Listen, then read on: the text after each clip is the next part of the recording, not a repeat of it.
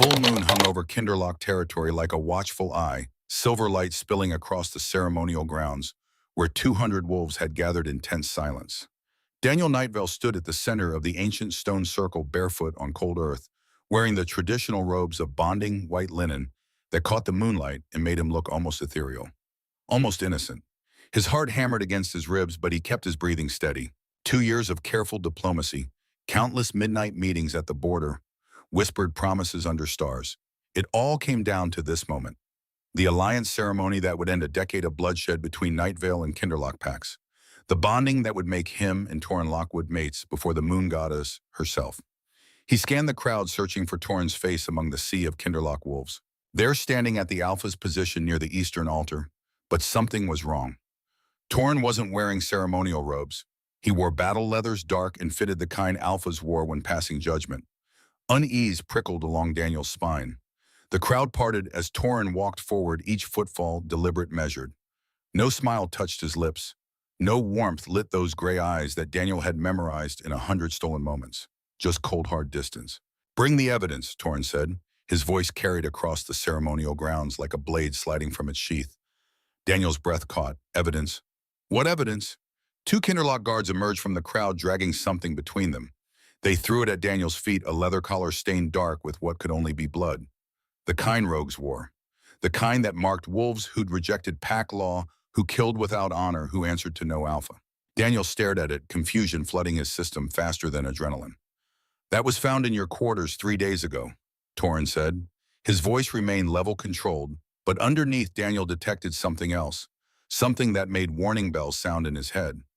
"Hidden beneath floorboards in the East Wing guest room. Your scent is all over it." "I've never seen that before," Daniel said. He kept his voice calm even as panic began clawing up his throat. "Torrin, you know me. 2 years we've..." "Guards." More wolves stepped forward, forming a tight circle around Daniel. He could run. His wolf was fast, faster than most. But running would prove guilt, and he was not guilty. Whatever this was, whatever sick game someone was playing, the truth would surface. It had to. An older wolf pushed through the crowd. Patrol Captain Hendricks, a Kinderloch veteran Daniel had shared drinks with just last month. But Hendricks wouldn't meet his eyes now. "Tell them what you told me," Torrin commanded. Hendricks cleared his throat. 3 nights ago, I was running the Northern Border Patrol, near the old copper mine where the territories meet. He paused, and Daniel could sense the discomfort rolling off him in waves. "I saw Captain Nightvale there, talking to 3 wolves I didn't recognize. Rogues by their scent. They were discussing something. Coordinates, I think. I couldn't hear clearly, but I saw money change hands." The words hit Daniel like physical blows.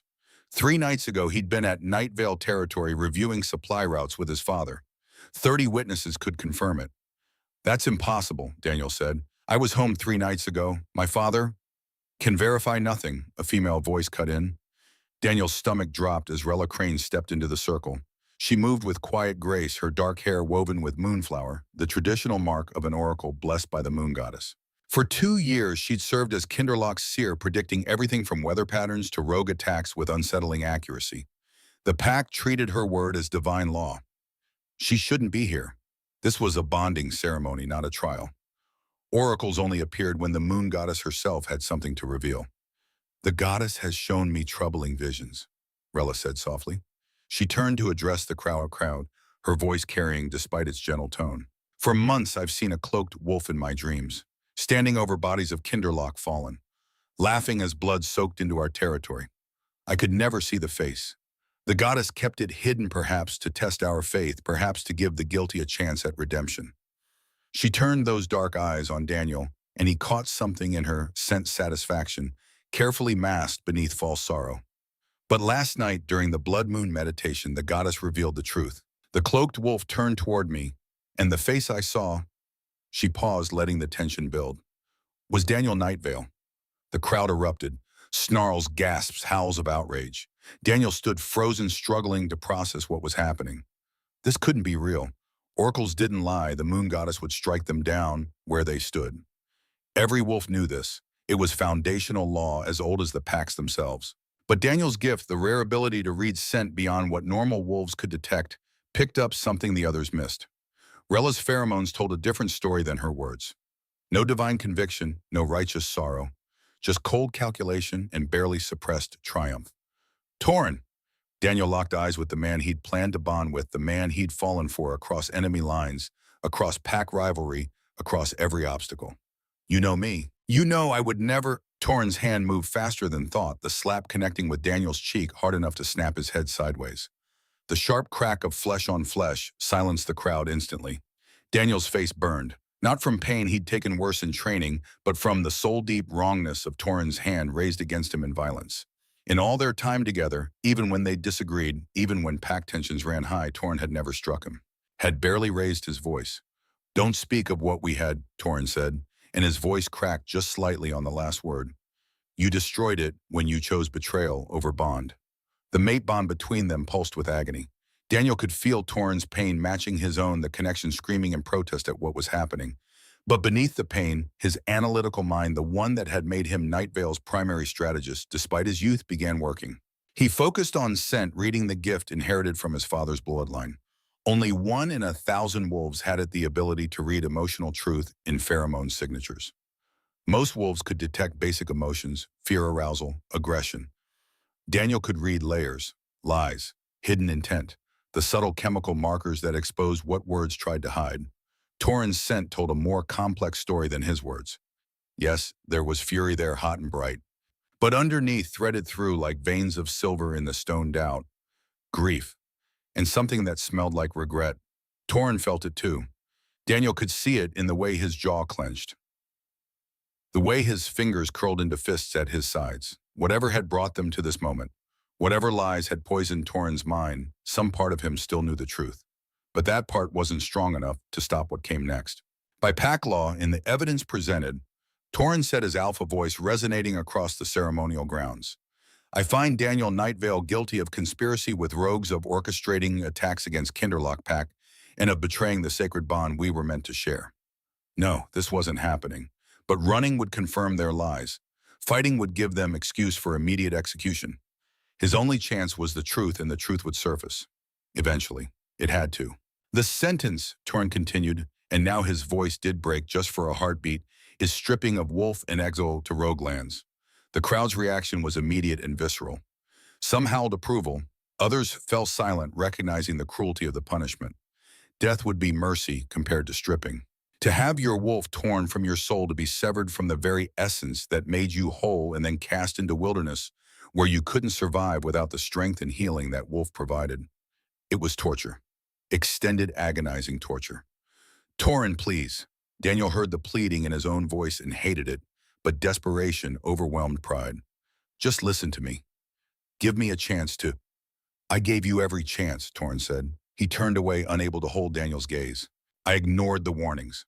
I dismissed the signs. I chose to believe in you over the safety of my pack. That ends now. Shaman, begin the ritual." An ancient wolf stepped forward, older than anyone present, his white hair hanging loose around a face carved with a century of wisdom and sorrow. He carried a clay bowl filled with silver ash, the sacred mixture that would sever human from wolf when painted on skin during the full moon. Daniel's legs trembled. He'd seen this ritual once years ago when a Night Vale wolf had committed unspeakable crimes. The screaming had lasted for hours. The wolf survived the stripping, technically, but something fundamental had broken. He'd walked into the sunrise 3 days later and never returned. "Torrin." Daniel tried once more, hating the desperation creeping into his voice but unable to stop it. "The bond between us. You feel it. I know you do. It doesn't lie. Whatever evidence they've shown you, whatever Rella claims she's seen the mate bond, knows truth. You know I couldn't betray you." For just a moment, Torrin's shoulders stiffened. His hand went to his chest over his heart, where the mate bond would be anchoring itself, preparing for the completion ceremony that would never happen now. Daniel saw him waver, saw doubt flicker across his features. Then Rella stepped closer to Torrin, her hand brushing his arm in a gesture that looked comforting but made Daniel's instincts scream warning. She whispered something too quiet for normal wolves to hear, but Daniel's enhanced senses caught fragments. "Duty over desire. Pack before personal. The goddess has shown." Torrin's face hardened again.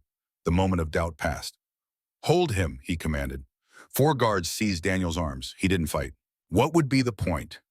He was one wolf against 200, and half of them were probably eager to prove loyalty to their alpha, by subduing the accused traitor. The shaman approached his ancient eyes, meeting Daniel's with something that might have been pity, or perhaps just resignation. How many times had he performed this ritual?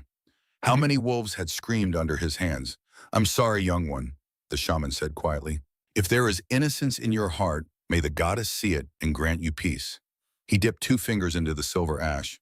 The scent hit Daniel's nostrils, sacred herbs, moonflower essence, and something older, something that predated written pack law.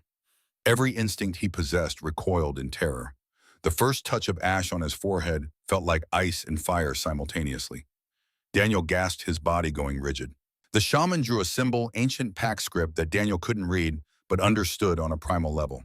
Severance, separation, sundering. Then the shaman's hand moved to Daniel's chest, directly over his heart, over the place where his wolf lived, beneath skin and bone and muscle. The pain was immediate and absolute. Daniel's scream tore through the night, raw and inhuman. It wasn't the physical pain of the ash burning into his skin, though that was considerable.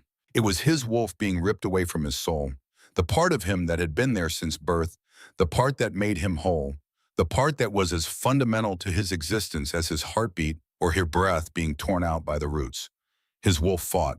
Claws scrabbled inside him, trying to hold on, trying to anchor itself to what remained. But the ritual was ancient and absolute. The silver ash was blessed by powers older than any living wolf could comprehend. And then there was the mate bond. Daniel had known it would hurt when the bond broke. He'd prepared himself for that pain, but nothing could have prepared him for this. The connection between him and Torin, the golden thread that had been growing stronger every day for 2 years, the promise of completion and unity, and forever it shattered. Not cleanly, not mercifully. It tore apart like flesh caught in barbed wire, leaving jagged edges that screamed protest with every fragment. Torin screamed too. Daniel heard it through his own agony, Torin's voice breaking on a howl of pure anguish. The bond didn't care about evidence or trials or pack law. It only knew that it was being destroyed, and it punished both halves equally for the violation. Daniel collapsed, his body convulsing on the cold stone. He couldn't feel his wolf anymore. Couldn't feel that constant, comforting presence that had been with him every moment of his 28 years. Just emptiness. Hollow, echoing emptiness where something vital used to live. His breathing came in ragged gasps. Human. Purely human. He'd never been just human before. Even in human form, his wolf had always been there, lending strength, speed, healing. Now there was nothing, just fragile flesh and breakable bones and a heart that somehow kept beating, despite feeling shattered beyond repair. Through blurred vision, he saw Torin on his knees 10 feet away, guards supporting him. The alpha's face was twisted in agony, tears streaming down his cheeks. The shaman stepped back, his work complete. The clay bowl fell from his trembling hands, silver ash scattering across stone. Even he looked shaken. "It is done," he said quietly. "The wolf is severed. The bond is broken." Silence fell over the ceremonial grounds, the kind of silence that follows desecration of something sacred. Even wolves who'd cheered for Daniel's punishment seemed subdued now, perhaps realizing they'd witnessed something that couldn't be undone. Torin climbed to his feet slowly, like a man aged 100 years in moments. He wouldn't look at Daniel. Couldn't, perhaps. When he spoke, his voice was barely above a whisper, but his alpha authority carried it to every wolf present. "Take him to the border. Release him into Roguelands. 60 miles from here, deep territory where civilization is days away." He paused, and Daniel saw his throat work on a swallow. If he survives the winter, the goddess clearly has other plans for him. The guards hauled Daniel to his feet. Without wolf strength to support them, his legs buckled. They dragged him, his bare feet scraping against stone, toward the waiting vehicles that would carry him to exile. But before they reached the edge of the ceremonial grounds, Torin's voice stopped them. "Wait." Daniel's head lifted, hope flaring despite everything. Maybe Torin had reconsidered. Maybe Torin approached, walking with visible effort, like each step cost him. He stopped just out of reach, close enough that Daniel could scent him, even with dulled human senses. The alpha's scent was chaos, grief, and fury, and something else, something that smelled like regret. "The guards will leave you at the border," Torin said quietly, for Daniel's ears alone. "They'll expect you to die within days. Exposure, starvation, or rogues, take your pick." He leaned closer, and Daniel saw genuine pain flicker across his features. "But I gave you something they don't know about. When you were unconscious from the ritual, I marked you with Alpha's protection. It's invisible, but any wolf who tries to kill you will feel compelled to stop. It won't last forever, maybe 2 weeks, maybe a month, but it's all I can give you." Daniel stared at him, struggling to process this information through the haze of pain and shock. Torrin had protected him, even while condemning him, even while destroying their bond. Why? Daniel's voice came out hoarse, damaged from screaming. Torrin's jaw clenched. He still wouldn't meet Daniel's eyes. Because some part of me, he stopped, swallowed hard. Because I hope I'm wrong about you. And if somehow this is all a terrible mistake, then maybe the goddess will be merciful enough to let you survive long enough for truth to surface. He stepped back before Daniel could respond, his face hardening into the alpha mask once more. But know this, Torrin said louder now for the crowd. Your father's investigation into Kinderloch affairs hasn't gone unnoticed. His questions about our oracle, his doubts about our alliance, they've made him enemies, powerful enemies. Dread pulled in Daniel's stomach, cold and heavy. Black Moon Pack has approached us, Torrin continued, offered alliance and support in exchange for helping them eliminate what they call the Night Veil threat. Your father's pack has grown too strong, too influential. They want it broken. And his voice cracked. I chose to protect my wolves. The alliance is sealed. 48 hours from now, Black Moon forces will strike Night Veil territory. Your father doesn't know. Can't know because you're here stripped and exiled with no way to warn him. The words hit Daniel like silver bullets, each one finding vital organs. His father, his pack, 200 wolves who'd done nothing wrong except have a son who got played by a conspiracy he still didn't fully understand. 48 hours, less than 2 days before everyone he'd ever loved would be slaughtered by the most brutal pack in North America. You can't, Daniel gasped. Torrin, whatever you think I've done, they're innocent. The pups, the elders, They follow an alpha who sent his son to spy on us, Torrin said, and now his voice was cold again, all warmth extinguished. Who used our alliance as cover for intelligence gathering. Who planned to undermine Kinderloch sovereignty. The evidence is clear. What evidence? Enough. Torrin turned away. Get him out of my sight. The guards dragged Daniel toward the vehicles. He struggled now, what little strength he had pathetically inadequate against wolf guards, but he had to try, had to do something. His father, his pack, everyone he'd sworn to protect. Open, Torrin, please, just give me a chance to prove. A cloth bag went over his head, cutting off his words and his vision. He was thrown roughly into what felt like a truck bed. Metal doors slammed. Engine rumbled to life. Through the fabric, Daniel heard Torrin's voice one last time, so quiet he almost missed it. I'm sorry. For what it's worth, I'm so goddamn sorry. Then they were moving, driving away from Kinderloch territory, away from the life Daniel had known toward wilderness that would kill him slowly unless he found some miracle of survival. He lay in darkness, his body broken, his wolf gone, his bonds shattered, and his mind racing with impossible calculations. 48 hours to somehow warn his father. 60 miles of hostile territory between him and home. No strength, no healing, no pack. Just fragile human flesh in winter wilderness. The truck hit a pothole, bouncing Daniel against the metal bed hard enough to make him gasp. Pain radiated from what would be bruises, real bruises that wouldn't heal overnight like they used to. Everything was different now. Fragile. Mortal. But something in him refused to break completely. His wolf was gone. The bond was shattered. His body was weak. But his mind was still his own. The strategic thinking that had made him valuable to Night Veil Pack didn't require wolf strength. The gift of scent reading had been genetic, not wolf magic. His father had it too, even in human form. And Daniel had one advantage his enemies didn't know about. He'd spent 2 years memorizing Kinderloch and Rogueland's territory. Every map, every patrol route, every hidden path and water source. It had been part of alliance preparation, learning your partner's land as well as your own. 60 miles, 48 hours, impossible odds. Unless. The truck drove for what felt like hours, though Daniel had lost all sense of time in the darkness. Finally it stopped. Doors opened. Rough hands hauled him out and dropped him on frozen ground. The bag was ripped from his head. Daniel blinked in moonlight, struggling to adjust. They were deep in Roguelands, that much was clear. Towering pines surrounded them, their branches heavy with snow. The temperature had dropped significantly, well below freezing. His breath fogged in front of his face. The guards threw a bundle at him. When it hit the ground, Daniel saw it was his ceremonial robes and nothing else.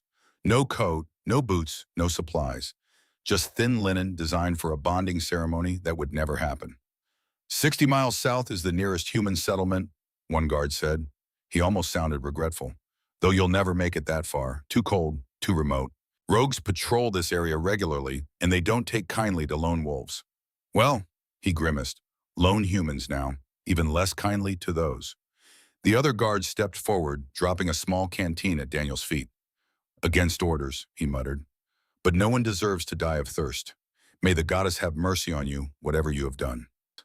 Then they climbed back into the truck and drove away, taillights disappearing into darkness, leaving Daniel alone in wilderness that would kill him if he wasn't extraordinarily lucky and extremely clever. For a long moment, he just sat there on frozen ground, shivering in thin robes, trying to make his brain work through the shock and pain and betrayal. 48 hours, 60 miles, no supplies, no strength, no wolf. But he had knowledge, he had determination.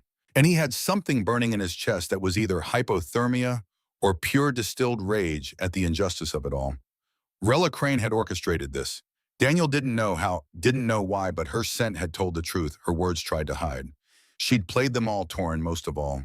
And now his father would die because Daniel had been too trusting, too naive to see the trap being laid.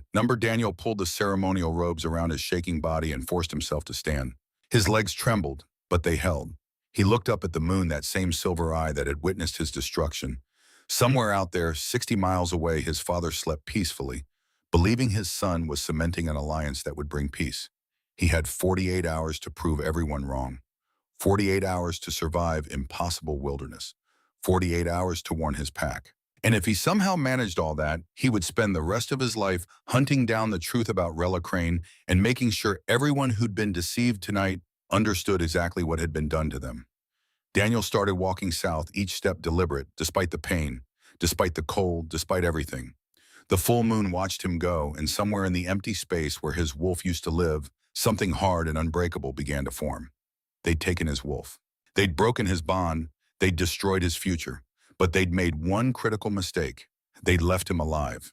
Each gust of wind cut through the ceremonial robes like they were made of paper. Daniel had been walking for maybe 20 minutes. Though time felt distorted, stretched thin by shock and pain, his bare feet had gone numb 10 minutes ago, which he supposed was a mercy.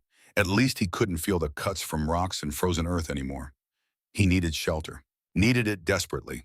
Without his wolf's internal furnace, hypothermia would claim him long before he made it anywhere useful.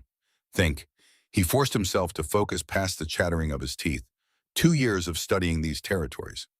What was near this drop point, the guards had said 60 miles to human settlement, but that was south. Daniel didn't need human settlement. He needed somewhere closer. Somewhere that rogues might avoid, somewhere he could survive the night and regroup. The old copper mine. The memory surfaced through fog and cold. Northern edge of Roguelands, maybe 3 miles from here, if he'd calculated the drop point correctly. Abandoned for 50 years, but the main shaft went deep enough to escape wind. He'd seen it on territorial maps marked as a landmark for patrol routes. 3 miles. In his wolf form, that would have been a 15-minute run. As a human freezing and barefoot, it might as well be 30. But it was closer than 60. Daniel adjusted his trajectory using the moon's position to navigate. North by northwest. His feet left bloody prints in the snow, but he couldn't afford to care about that, one crisis at a time. First survive the night, then figure out how to warn his father, then somehow prove his innocence and expose whatever conspiracy had destroyed his life. Simple, impossible, necessary. The forest pressed in around him, every shadow potentially hiding threats his eyes couldn't properly see. Without wolf senses, the night felt oppressive, full of sounds he couldn't identify and movements he couldn't track. A branch snapped somewhere to his left. Daniel froze. Without enhanced hearing, he couldn't pinpoint the distance, couldn't determine if it was 30 feet away or 300. Could be an animal. Could be a rogue. Could be nothing but wind and his own paranoia. He waited, barely breathing, straining to hear anything else. Silence. After a count of 30, Daniel forced himself to keep moving. Standing still meant freezing to death. Whatever was out there, he'd deal with it if it became a problem. The next hour blurred into cold and pain and dogged determination. Strategy required clear thinking even under duress. So he thought about the evidence presented at his trial. The rogue collar with his scent on it. That bothered him most. Not the witness testimony that could be fabricated, wolves lying under pressure or payment. Not even Rella's vision, which he'd already determined was somehow faked. But his scent on that collar was physical evidence, harder to dismiss. Except his gift for scent reading worked both ways. He could detect scents, but he also understood how scent worked, how it transferred, how it could be manipulated. If someone had his clothing, they could coat an object with his scent. It wouldn't be perfect. Trained wolves might notice it was transferred rather than direct. But in the chaos of a public accusation with emotions running high, who would think to check Rella had access to Kinderloch's guest quarters? She could have taken something of his, a towel, a pillowcase, anything he'd touched during his visits, then rubbed it on the collar until his scent permeated the leather. But that raised bigger questions. How long had she been planning this? Weeks, months, and why target him specifically? His foot caught on a hidden root, sending him sprawling into snow. The impact drove air from his lungs. For a moment, he considered staying down, just resting, closing his eyes. No, Daniel forced himself up. The mine had to be close. Another mile, maybe less. He could make it one more mile. The trees began to thin. Good sign. The copper mine sat in a small clearing. He remembered that from the maps. Open ground meant he was close. Then he heard them. Howls. Multiple wolves communicating across distance. The sound was close enough to make his heart race. Rogue pack almost certainly.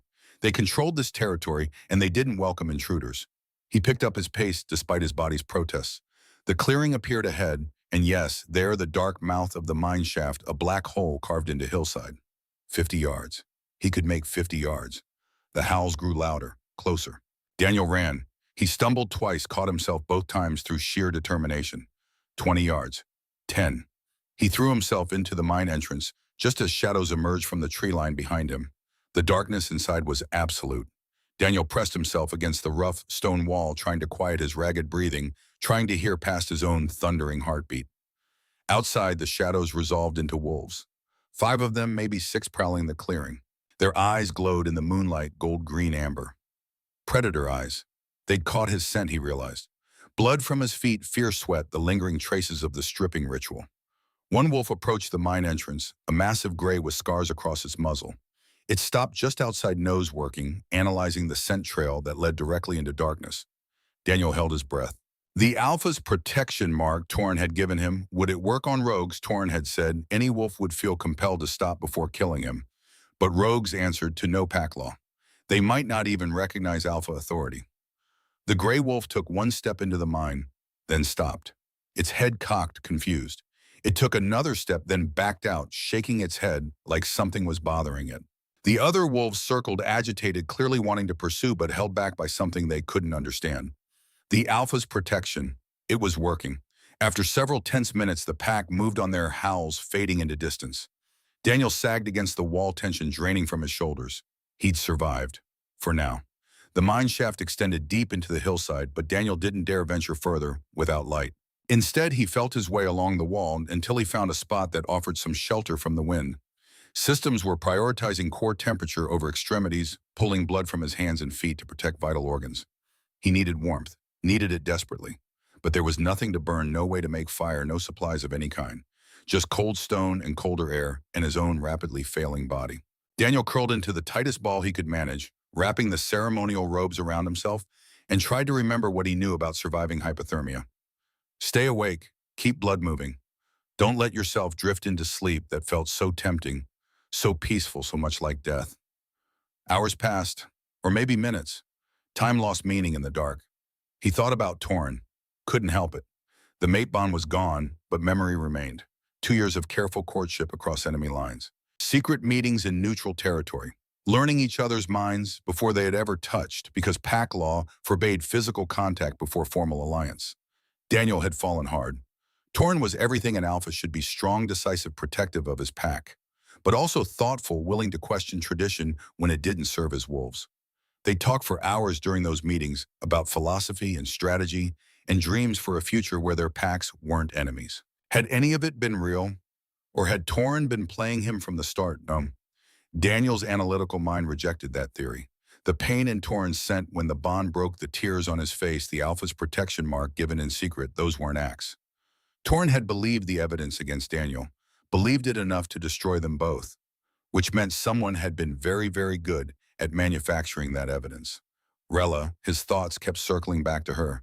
The Oracle who was too accurate, too convenient, too perfectly positioned to guide Kinderloch's Alpha toward exactly the decisions that would destroy Night Vale Pack. Oracle gifts were real. Daniel didn't doubt that. The moon goddess did bless certain wolves with prophetic sight, But Rella's visions had a pattern that bothered him. She never predicted natural events, storms, earthquakes, drought, only violence, only attacks, only things that could be orchestrated by someone with inside knowledge and outside resources. What if she wasn't an oracle at all? The thought bloomed in his mind sharp and clear despite the cold. What if Rella was something else entirely? A plant maybe. An infiltrator working for someone who wanted chaos among the northern packs. Black Moon. Torrin had mentioned them, said they'd approached Kinderlock with an alliance offer to eliminate the Night Vale threat. But what if it went deeper? What if Black Moon had been working toward this for longer than anyone realized? Rella's scent had caught something during the trial. Not divine conviction, not righteous certainty, just satisfaction. The kind of satisfaction that came from a plan executed perfectly. He needed to prove it, needed evidence.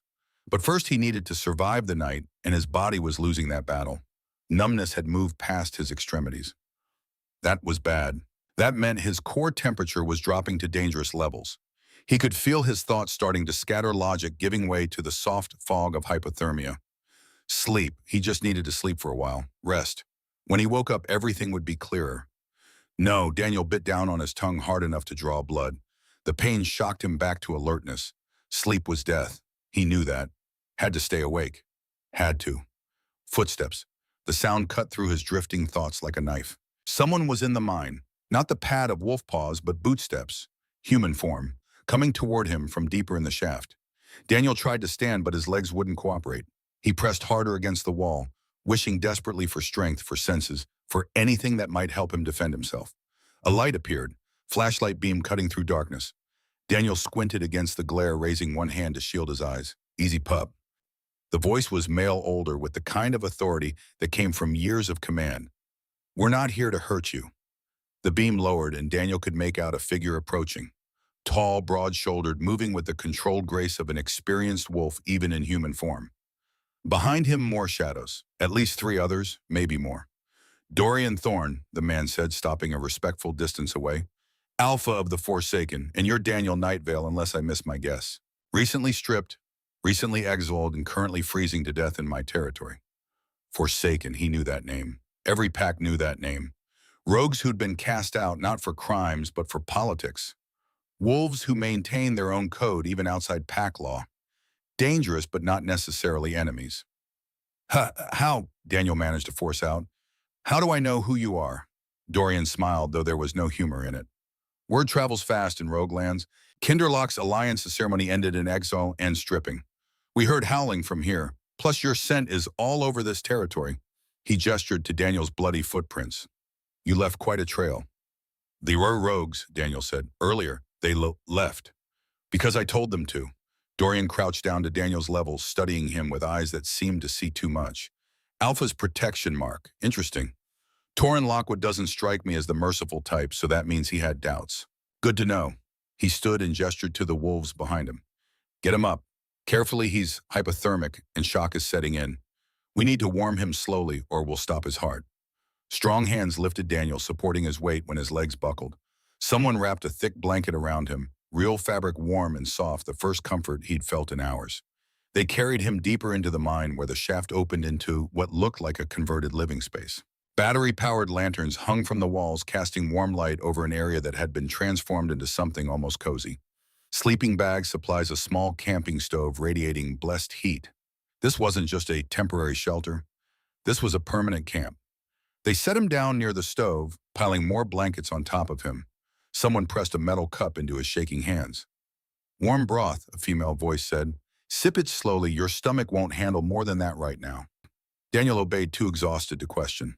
The broth was thin, but warm, spreading heat through his chest like liquid sunlight. He could feel his thoughts beginning to clear, the hypothermic fog lifting slightly. Dorian settled across from him, his expression neutral, but his eyes sharp with assessment. So, the older wolf said, I assume you're not in Roguelands for the scenic views. Want to tell me what really happened tonight? Daniel's first instinct was to stay silent. Trust no one. Every alliance he'd believed in had been shattered in the last few hours. But that instinct warred with necessity. He needed help, needed it desperately. And something about Dorian's steady presence, the lack of judgment in his voice, made Daniel want to talk. Rella Crane, Daniel said, his voice still hoarse but stronger than before. She framed me. Don't know how, don't know why, but she orchestrated everything. Dorian's expression didn't change, but something flickered in his eyes.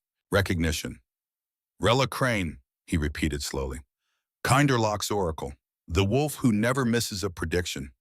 He leaned back, and now there was something harder in his voice. Interesting. Tell me more. So Daniel did. He laid out everything, the evidence that appeared too convenient, the witness testimony that contradicted his verified whereabouts, Rella's vision that was too specific, too perfectly timed. The satisfaction he detected beneath her performance of divine revelation. She's not an oracle, Daniel finished. I'm sure of it, but I can't prove it. Can't prove any of it. Dorian was quiet for a long moment. The other Forsaken wolves had gathered around listening with various expressions of interest and anger. Finally, Dorian spoke. 3 years ago, I was Beta of Black Moon Pack, second in command heir apparent to Alpha Sokolov. I was good at my job, loyal to my pack, respected by the wolves under my command. His voice was level, but Daniel heard old pain underneath. Then evidence appeared, communications with rival packs, plans to overthrow the Alpha, testimony from wolves I'd trusted, all of it fabricated, all of it perfectly designed to destroy my credibility. He met Daniel's eyes. And at the center of it all was a young wolf named Rella Crane, General Sokolov's daughter, the one who discovered the evidence, the one whose testimony sealed my exile. She's Black Moon. Her mother is General Sokolov. Her father was Kinderloch, killed in a border dispute before Rella was born. She was raised in Black Moon territory, trained by the best manipulators in North America. Dorian's smile was sharp. She's not an oracle, Daniel. She's an infiltrator, and you're not her first victim. The pieces clicked into place with devastating clarity. Black Moon wanted to expand into northern territories. But Nightvale and Kinderloch were too strong to attack directly, especially if they allied. So Black Moon planted an agent in Kinderloch, used her to gain influence over the young Alpha, and then when alliance was imminent, destroyed it by framing the Nightvale heir. She's been planning this for years, Daniel said. The Oracle Act, the predictions, all of it was positioning. Getting Kinderloch to trust her absolutely, so when she needed to point them at an enemy, they'd believe her without question. And it worked, Dorian said. Just like it worked on me. Just like it's probably worked on a dozen other wolves we don't know about.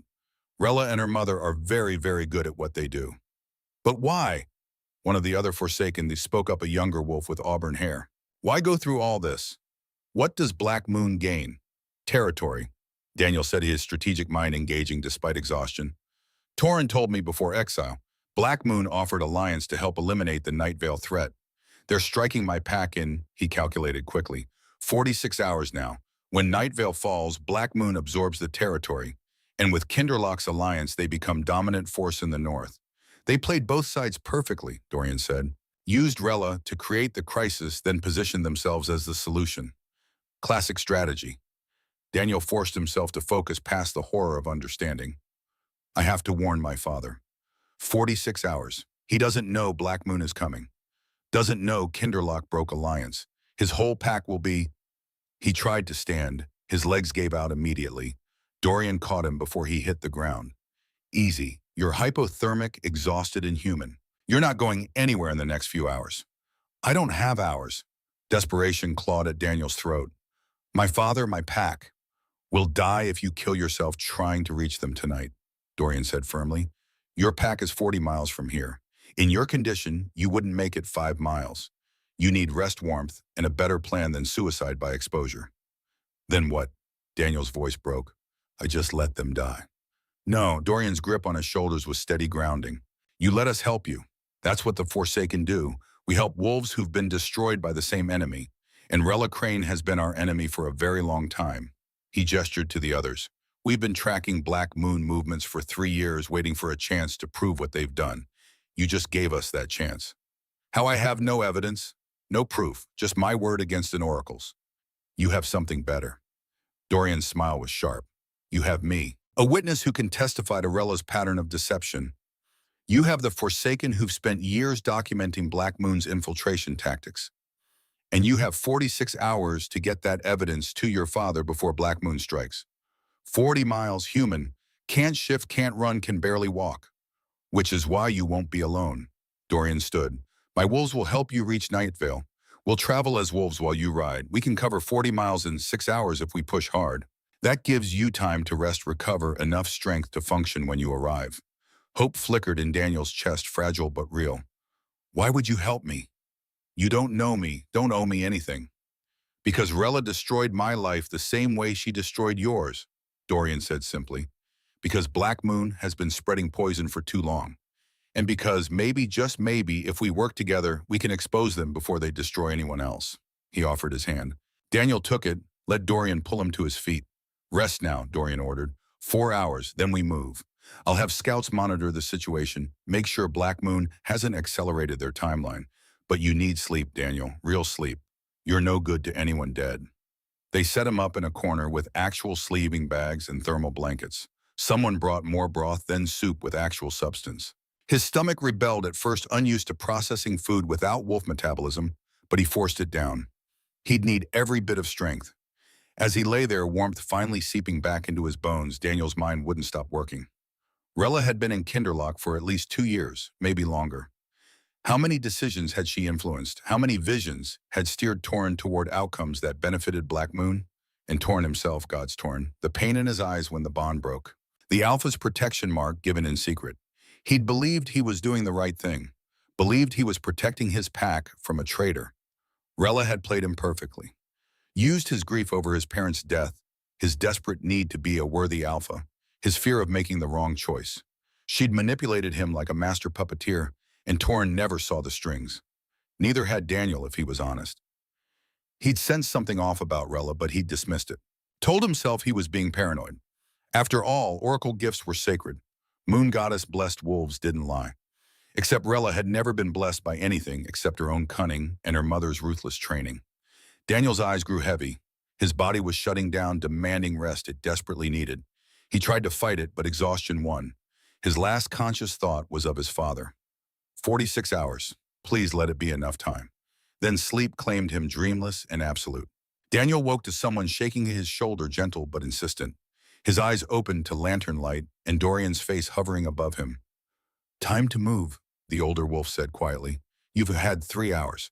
Not the 4 I promised, but scouts just reported increased Black Moon activity near Night Vale's eastern border. They're mobilizing earlier than expected. The words cut through sleep fog like a blade. Daniel sat up, his body protesting with a wave of dizziness. 3 hours of sleep after days of stress and the trauma of stripping, it wasn't nearly enough. But it would have to be. How much earlier? Best guess they strike at dawn tomorrow instead of the following day. That cuts your timeline from 46 hours to maybe 16. Dorian's expression was grim. We need to move now if we're going to reach your father in time to evacuate. 16 hours. 6 hours travel time to Night Vale if they pushed hard. That left 10 hours to convince his father of the threat, organize evacuation of 200 wolves, and get them somewhere Black Moon couldn't find them. Impossible. Almost. What's the plan? Daniel asked, accepting the hand Dorian offered to pull him to his feet. My wolves will run in shifts. 2 carry you, 2 scout ahead, 2 watch our backs. We rotate every hour to maintain speed. Dorian gestured to the gathered Forsaken. Daniel counted 8 wolves total, watching him with expressions ranging from curiosity to determination. The terrain between here and Night Vale is rough. We'll need to avoid Kinderloch patrols and any Black Moon advance scouts. It won't be comfortable. I don't need comfortable, Daniel said. I need fast. One of the female wolves stepped forward, the same one who'd given him broth last night. She was younger than Dorian, maybe early 30s, with sharp eyes and copper-red hair pulled back in a practical braid. I'm Saskia, she said, former tracker for Shadow Creek Pack before Rella's mother decided we were too close to Black Moon's expansion route. Half my pack died in the rogue attack that followed. So yeah, I'm motivated to help you burn this conspiracy to the ground. She handed Daniel a bundle of clothing. These belonged to one of our wolves who didn't make it. Thermal layers, boots, jacket. They'll be loose on you, but better than freezing in ceremony robes. Daniel took the clothes gratefully. When he ducked behind a makeshift privacy screen to change, he found everything fit reasonably well. The boots were slightly too large, but thick socks compensated. For the first time since exile, he felt almost prepared. When he emerged, the Forsaken had shifted to wolf form. 8 massive wolves, each easily 300 pounds of muscle and fur. Dorian remained human long enough to explain the riding arrangement. You'll ride between 2 wolves. Hold on to their fur. Don't worry about hurting us. You don't have the strength for that anymore. If you start to slip, they'll slow down. But try to stay centered. The faster we can move, the better our chances. Daniel nodded. He'd ridden wolves before during training exercises, but always as a wolf himself with the strength and balance that came with it. This would be different. Dorian shifted his human form, melting into a massive gray wolf with intelligent amber eyes. He lowered himself to the ground, and another wolf, dark brown, with a distinctive white patch on his chest, did the same beside him. Daniel climbed onto Dorian's back, gripping the thick fur at his shoulders. The brown wolf pressed close on his right side, providing stability. When both wolves stood, Daniel found himself suspended between them, his legs draped over their backs, hands buried in fur. Then they ran. The speed was immediate and breathtaking. Even supporting Daniel's weight, the wolves moved like liquid shadow through the forest. Trees blurred past. The ground disappeared beneath them in a continuous flow of motion. Wind tore at his face, found every gap in his borrowed clothing. Within minutes, his hands were numb, despite the fur he gripped. But the wolves didn't slow. They pushed harder, eating up distance with relentless efficiency. This was what Daniel had lost when his wolf was stripped: this power, this speed, this perfect unity of purpose and motion. The loss hit him again, sharp and devastating. He'd never run like this again, never feel the earth beneath his paws, wind in his fur, the pure joy of wolf form stretching into full sprint. That part of his life was gone, dead, torn away by lies and politics and his own failure to see the trap before it closed. No, he couldn't afford grief right now, later. After his father was safe, after his pack survived, then he could mourn everything he'd lost. They ran for what felt like hours, but was probably only 40 minutes when Dorian signaled a halt. The wolves slowed to a stop in a small clearing, their breath steaming in the cold air. Two of the scouts shifted to human form. Kinderlock patrol ahead, one reported quietly. 6 wolves running standard border route. They'll pass within half a mile of here in about 10 minutes. Can we go around? Dorian asked, still in wolf form, but somehow making his question clear through body language. Not without adding an hour to our time. The terrain forces us through this corridor. An hour delay was unacceptable, but 6 Kinderlock wolves would recognize him on sight, even in human form. Would the Alpha's protection mark stop them from detaining him? Maybe. But maybe not. It was designed to prevent killing, not capture. I have an idea, Daniel said. All eyes turned to him. Kinderlock patrol won't be looking for me here. I'm supposed to be dead or dying 60 miles north, but they will be alert for forsaken wolves in their territory. What if I walk through alone, just a human hiker who got lost, hypothermic, confused? They'll probably escort me to the nearest human settlement, which is south the direction we're already heading. You follow at a distance, track my scent, and we reconnect after they leave me. That's insane, Saskia said flatly. You're not just human, you're weak. If something goes wrong, then I die slightly faster than I would have anyway. But if we add an hour trying to avoid them, Black Moon might reach Night Vale before we do. This is the faster option. Dorian shifted to human form, studying Daniel. You're volunteering to walk through enemy territory alone, hoping they don't recognize you, betting everything on them being merciful to a lost human. Yes, it's a terrible plan. It's the only plan that keeps us on schedule. Dorian was quiet for a long moment. Then he smiled, sharp and approving. All right, but you carry this. He pulled a small object from a pack. One of the wolves carried a GPS beacon, waterproof and compact. If something goes wrong, if they take you somewhere, we can't track you, press this button. We'll come for you. Daniel took the beacon, tucking it into his jacket's inner pocket. How will you know where I am? Your scent. Saskia is the best tracker I've ever seen. She could follow your trail through a river in a thunderstorm. Dorian gripped Daniel's shoulder. Don't be brave. If this goes wrong, signal us. Understood. Understood. They positioned Daniel on the game trail the patrol would use, then melted back into the forest. Within seconds, Daniel couldn't see or hear any of them. He was alone in the dark woods, waiting for wolves who might kill him on sight if they recognized what he really was. He forced himself to look the part, exhausted hiker, lost and freezing, grateful for rescue. It wasn't hard to fake. 10 minutes passed. 15. Then the patrol was almost on top of him, 6 wolves emerging from the tree line, their eyes glowing in the darkness. They stopped when they saw him. One shifted to human form, a female in her 40s wearing patrol gear and carrying herself with the authority of a senior officer. What in the goddess's name are you doing out here? She demanded, though her tone carried more concern than anger. Daniel let his teeth chatter, not hard given the cold. Hiking, got separated from my group. Phone died, been walking for hours trying to find the trail. The patrol leader exchanged glances with her wolves. You're 30 miles from the nearest marked trail. How did you get this lost? Took a shortcut. Bad idea. Daniel wrapped his arms around himself. Is there a ranger station nearby? Somewhere with heat? The leader studied him for a long moment, and Daniel held his breath. Did she recognize something? His scent, despite human form, the lingering traces of the stripping ritual. Closest shelter is 15 miles south, she finally said. Human settlement called Pine Ridge. We'll escort you to the boundary. Make sure you're headed the right way. Relief washed over Daniel, carefully masked. Thank you, seriously, thank you. Two wolves shifted to human form, flanking him as they started walking south. The rest remained in wolf form, ranging ahead and behind.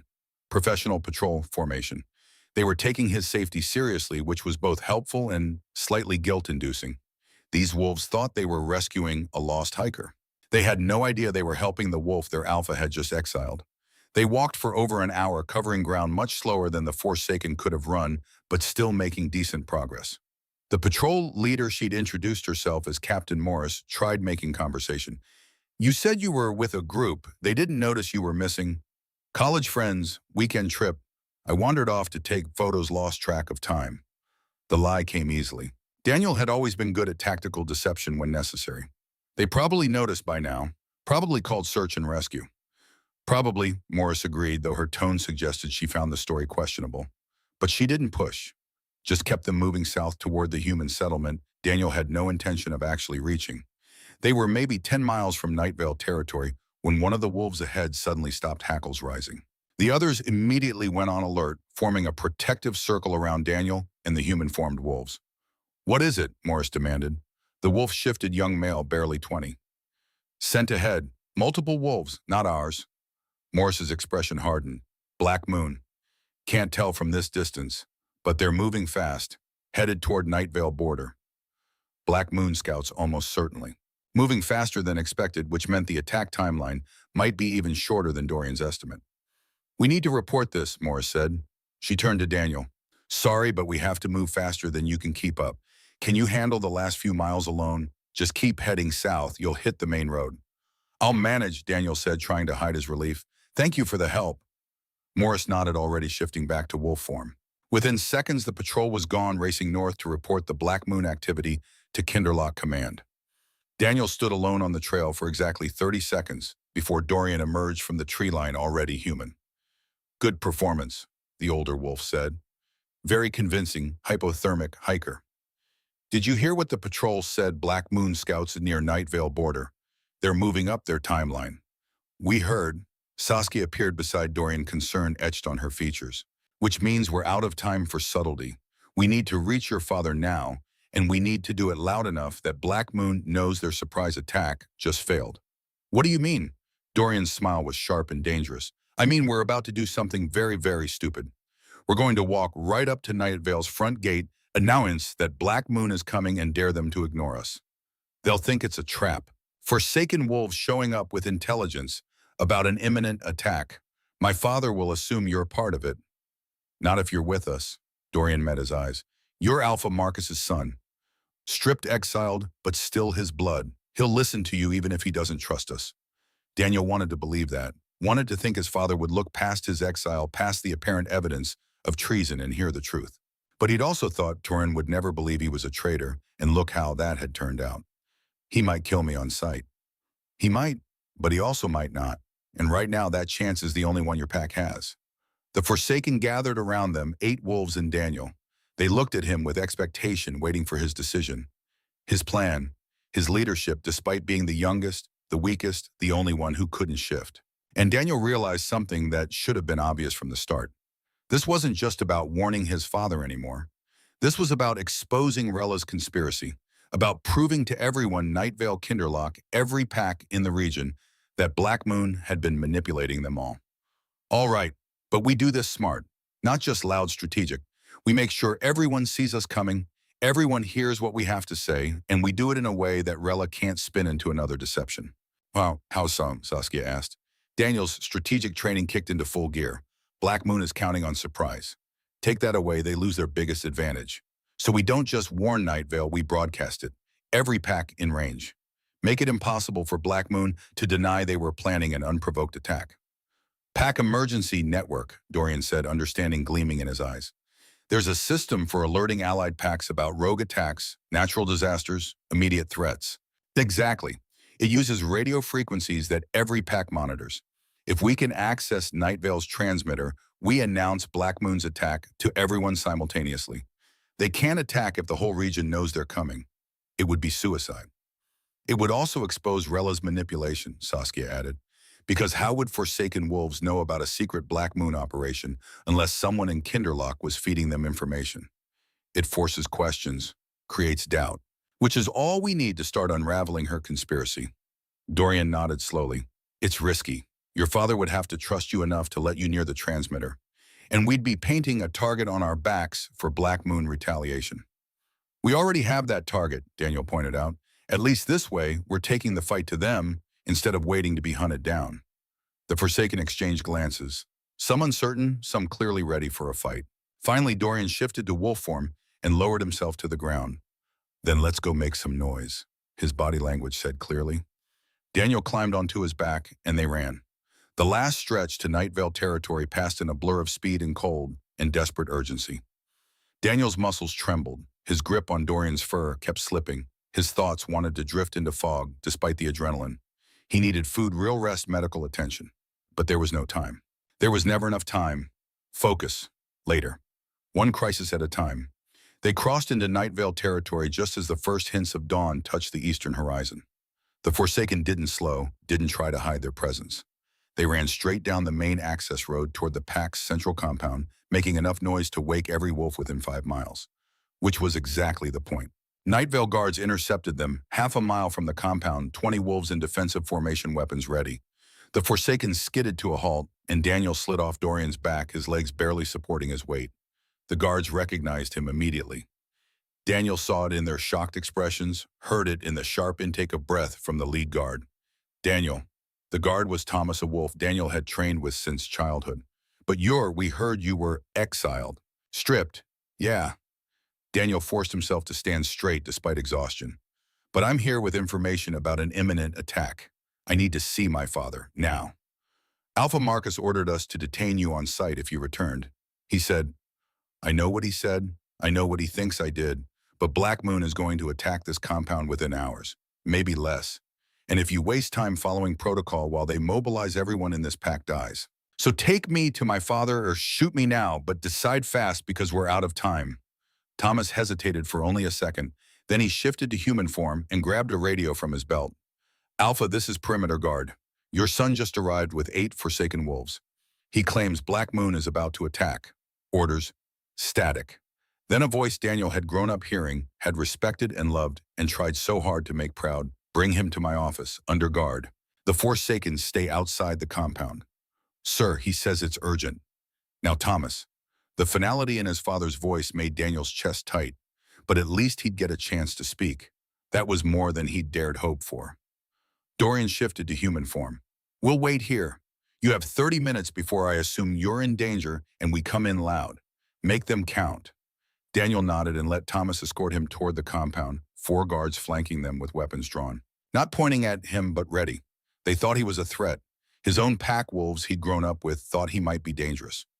Rella had done this, taken everything he was and twisted it into something monstrous. But she'd made one mistake. She'd left him alive. And Daniel was very, very good at turning mistakes into opportunities.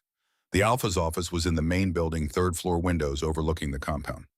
Daniel had been in this room 1,000 times, usually for strategy sessions, occasionally for reprimands, when his creative interpretations of pack law got too creative. His father stood by the window back to the door. Alpha Marcus Night Vale was a large man, even in human form, with silver threading through his dark hair, and the kind of presence that made other wolves instinctively defer. He didn't turn when Daniel entered. Leave us, Marcus said to the guards. Sir, protocol requires leave us. The guards retreated, closing the door. Daniel stood in the center of the room, acutely aware of how he must look, exhausted, wearing borrowed clothes, human and weak, and nothing like the son who'd left for Kinderloch 2 days ago. His father finally turned. The pain on Marcus's face was worse than anger would have been. They said you orchestrated massacres, worked with rogues, betrayed the Alliance. Marcus's voice was steady, but Daniel heard the grief underneath. Tell me it's not true. It's not true, Daniel said simply. I was framed by an infiltrator named Rella Crane. She's Black Moon father, not Oracle, never was. And everything she's done for the past 2 years has been positioning for this. Black Moon is going to attack us. Today. Maybe within hours. Marcus studied him for a long moment. You have proof of this. I have testimony from Dorian Thorne, who was framed by the same conspiracy 3 years ago. I have tactical analysis of Rella's pattern of predictions. Stop. Marcus held up a hand. His expression was unreadable. 3 days ago, I received an anonymous message.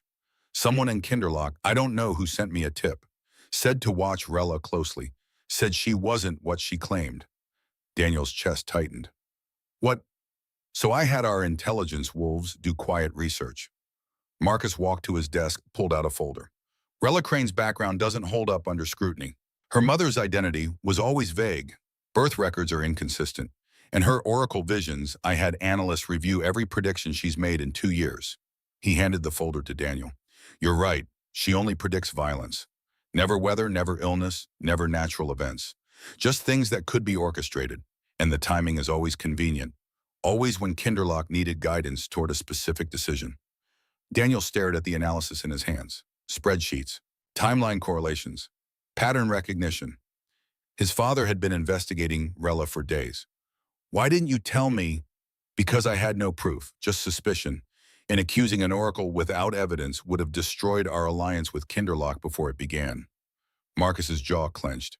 I gambled that the alliance was worth the risk, that I could expose Rella after the bonding ceremony when you and Torrin were legally bound and the pacts were united. You gambled with my life. I did. Marcus met his eyes. And I was wrong. I should have warned you. Should have pulled you from Kinderloch the moment I had doubts. But I thought, his voice cracked, I thought you'd be safe until after the ceremony. I thought even if Rella suspected I was investigating, she wouldn't move against you until you were legally Torrin's mate. I underestimated her. Daniel's hands trembled. His father had known, had suspected Rella was dangerous, and still sent him into that ceremony. I'm sorry, son. Marcus's voice was barely above a whisper. I failed you, as an alpha, as a father, and I will spend the rest of my life making it right. The anger Daniel expected didn't come. Instead, he felt something else. Understanding. His father had made a strategic decision, a bad one with terrible consequences, but not one born of malice or neglect. Born of the same calculation Daniel himself would have made the good of the pack over the safety of one wolf. Even if that wolf was his own son. We fix it later, Daniel said. Right now we evacuate. Black Moon is coming. Maybe 6 hours, maybe less. We need to move everyone to the sanctuary. The sanctuary, Night Vale's secret stronghold built decades ago during the last major pack war. An underground bunker system deep beneath the territory with supplies for months and defenses that could hold against siege. Only Alpha family members knew its exact location. Already initiated, Marcus said. He gestured to the window. Daniel looked down and saw organized chaos wolves moving with purpose, vehicles being loaded, pups being herded toward the eastern forest where the sanctuary entrance lay hidden. I gave the evacuation order 30 seconds after Thomas called in your arrival, Marcus continued, because if you came back here knowing you were exiled, knowing I might kill you on sight, then the threat had to be real. Had to be immediate. He gripped Daniel's shoulder. I believe you. And we're going to survive this. Then we're going to make Black Moon and Rella Crane pay for what they've done. Daniel's legs almost gave out from the relief. His father believed him. The pack would evacuate. They had a chance. We need to broadcast, Daniel said. Tell every pack in the region that Black Moon is attacking unprovoked. Take away their element of surprise and political cover. Already on it. Marcus was moving toward the communications center attached to his office. I'm going to do more than that. I'm going to tell every pack exactly what Rella is, what she's done, and I'm going to make sure Torrin Lockwood hears it too. The communications center was a small room lined with radio equipment, transmitters, receivers. The pack emergency network operated on frequencies monitored by every major pack in North America. It was designed for immediate threats, rogue invasions, natural disasters, anything that required instant coordinated response. It had never been used for something like this. Marcus sat at the main transmitter, adjusted frequencies to broadcast on all emergency channels simultaneously. Then he looked at Daniel. You should do this, Marcus said. Your voice, your testimony. It'll carry more weight than mine. Daniel's throat tightened. Father, I don't have my wolf anymore. I'm not even technically pack. You're my son. You're Night Vale blood.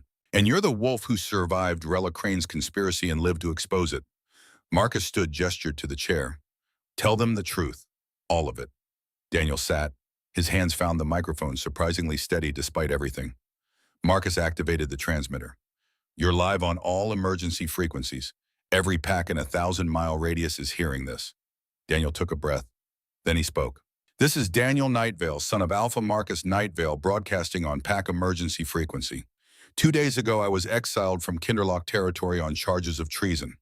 I was stripped of my wolf and cast into rogue lands to die. The charges were false. The evidence was fabricated. And the wolf behind it all was Rella Crane, the so-called Oracle of Kinderloch Pack.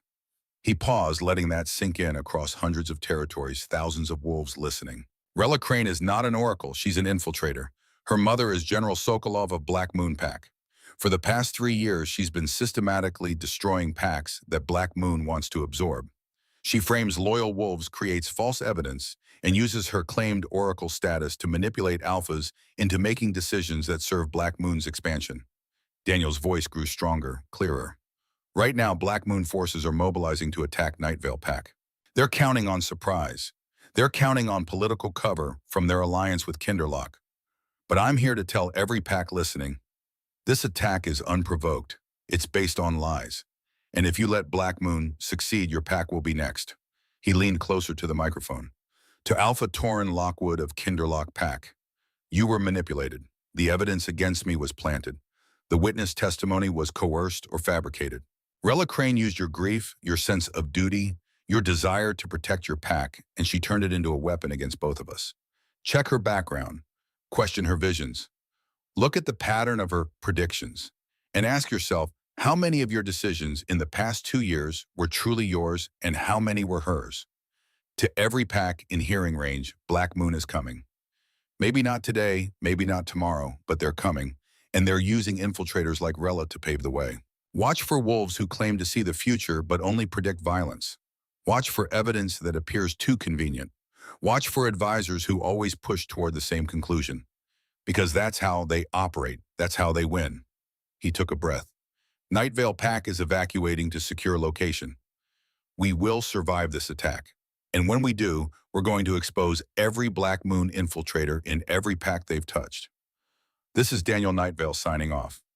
Marcus cut the transmission. Silence filled the communications center for a long moment. Then the radio crackled to life. Responses flooding in from packs across the region. This is Alpha Chen of Mountain Ridge Pack. We copy your transmission. We've had similar suspicious patterns with our intelligence advisor. Investigating now. Shadow Creek Pack confirms. We lost half our wolves to a rogue attack 3 years ago. Evidence at the time pointed to internal conspiracy, but was never proven.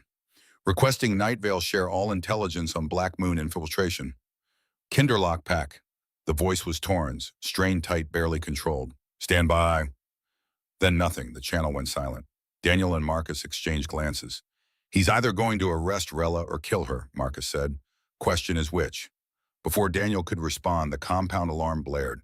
3 sharp bursts, enemy contact. Marcus was at the window instantly. Black Moon scouts, eastern perimeter. They're early. How early? They're already here. Daniel's blood ran cold. The evacuation wasn't complete. He could see wolves still moving toward the sanctuary entrance. Pups being carried, elderly being helped. They needed more time. I'll buy you time, Daniel said, already moving toward the door.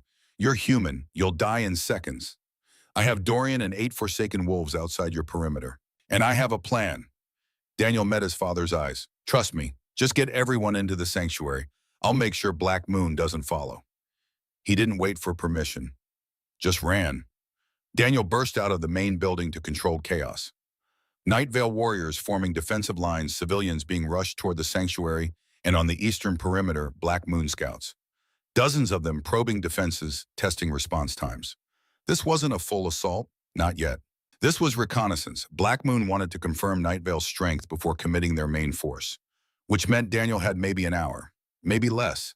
He sprinted toward the front gate where Dorian and the Forsaken waited. Thomas and the guards tried to stop him, but Daniel shouted over his shoulder, "Let them through, they're with me." Dorian shifted to human form the moment Daniel reached them. Black Moon, scouts, eastern perimeter, eastern. Main force will follow once they report back. Daniel's tactical mind was fully engaged now, body forgotten in the rush of planning. We need to make them think Night Vale has more strength than we do. Make them hesitate. Buy time for evacuation. How? Saskia demanded. There's 8 of us and dozens of them. We don't fight them directly.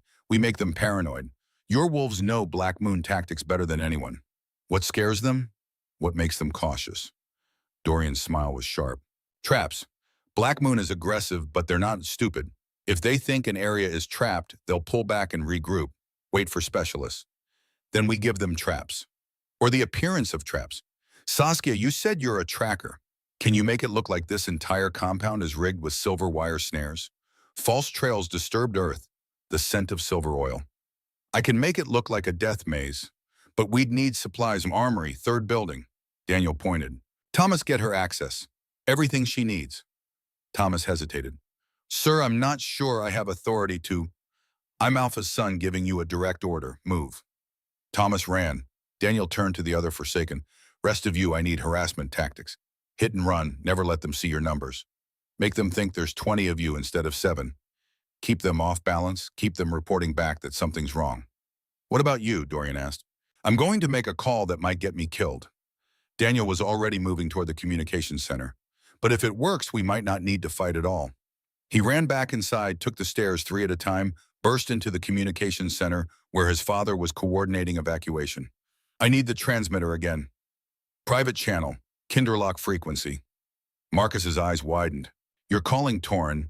I'm betting everything that the Alpha's protection mark means he hasn't completely given up on me. And I'm betting that hearing the truth from me directly without Rella's filter might break through. If you're wrong, if I'm wrong, we're in the exact same position we're in now, but if I'm right, we might just turn this whole thing around. He took a breath and transmitted.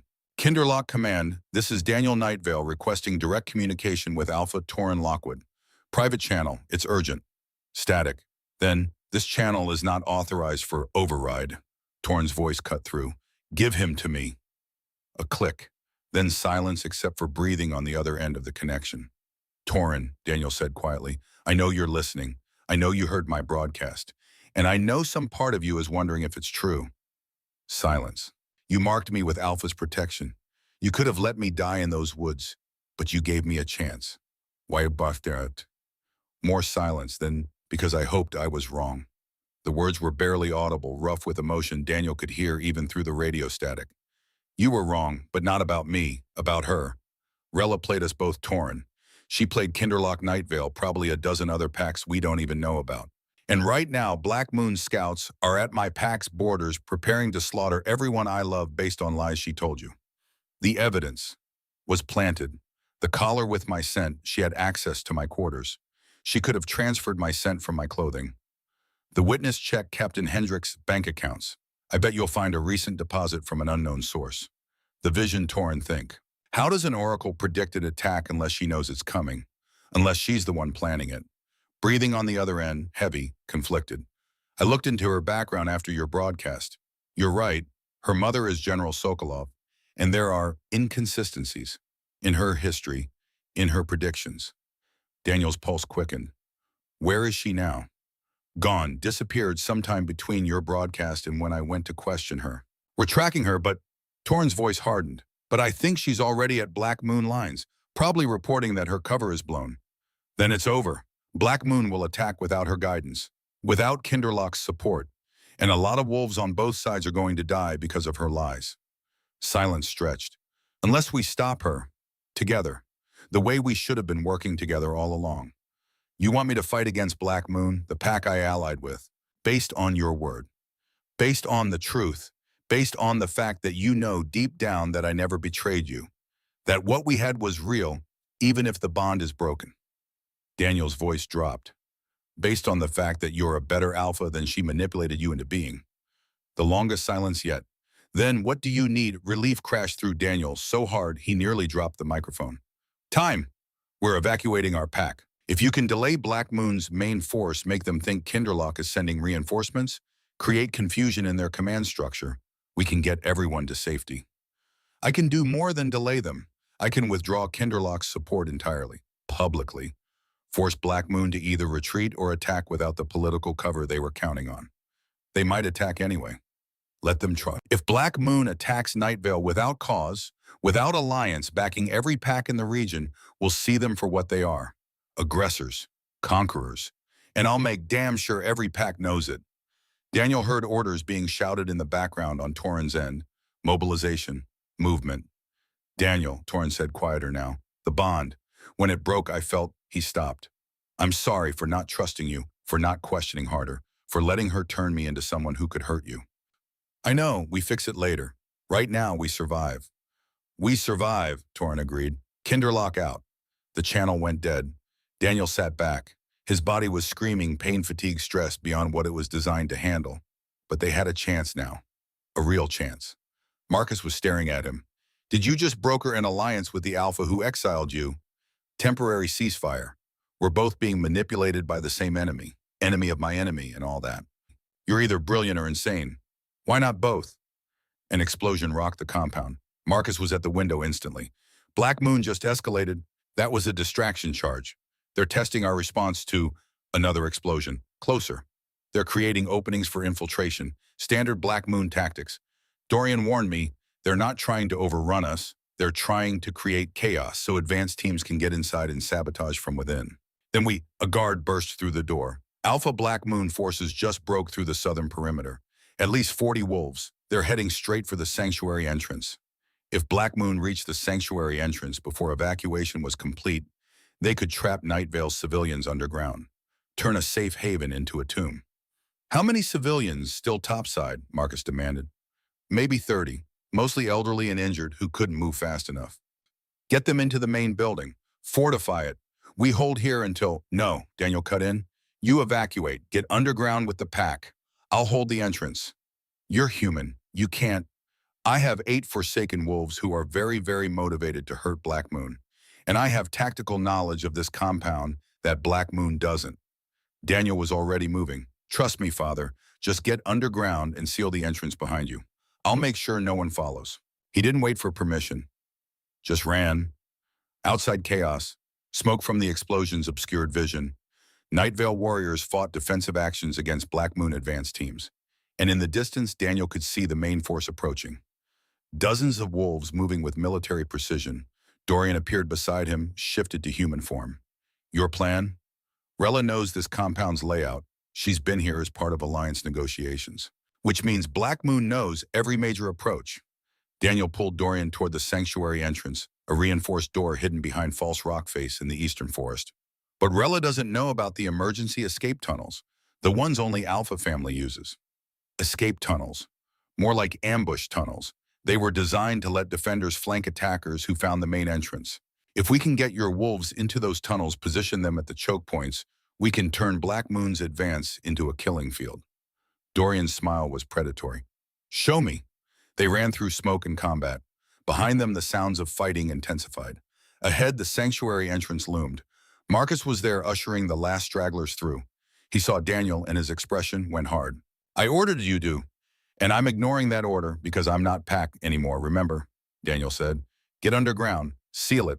We'll handle topside. Daniel. Father, I've spent my whole life training to be a strategist. Let me do what I was made for. Trust me. Marcus stared at him for a long moment.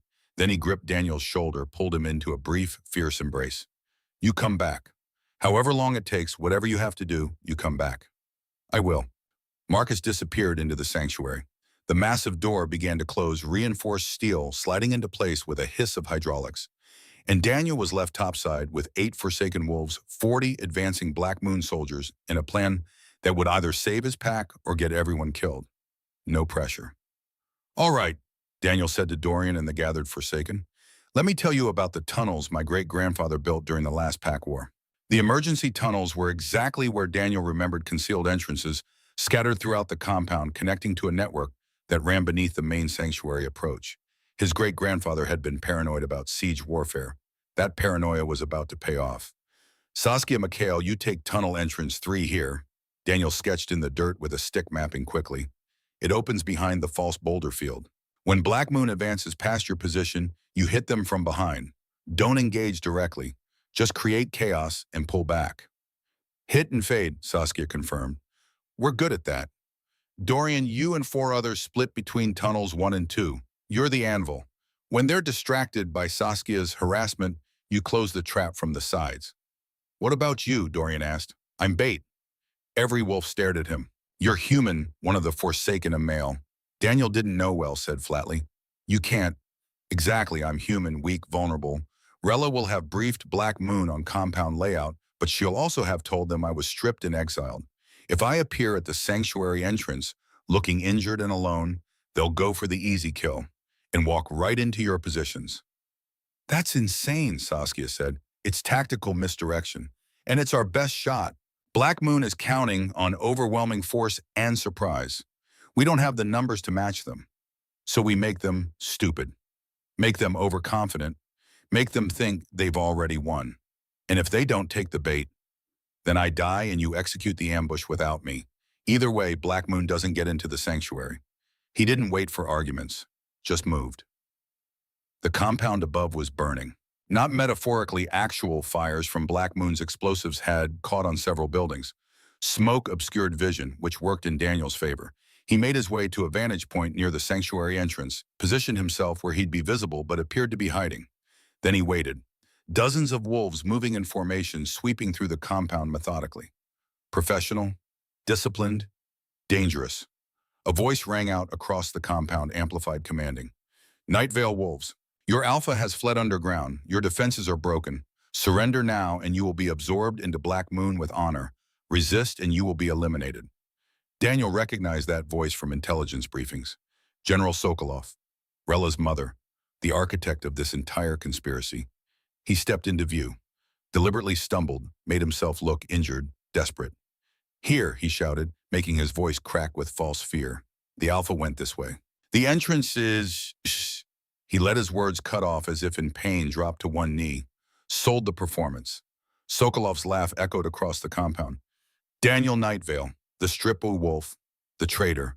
How fitting that you should die at the entrance to your father's hiding place. 40 Black Moon wolves poured toward him.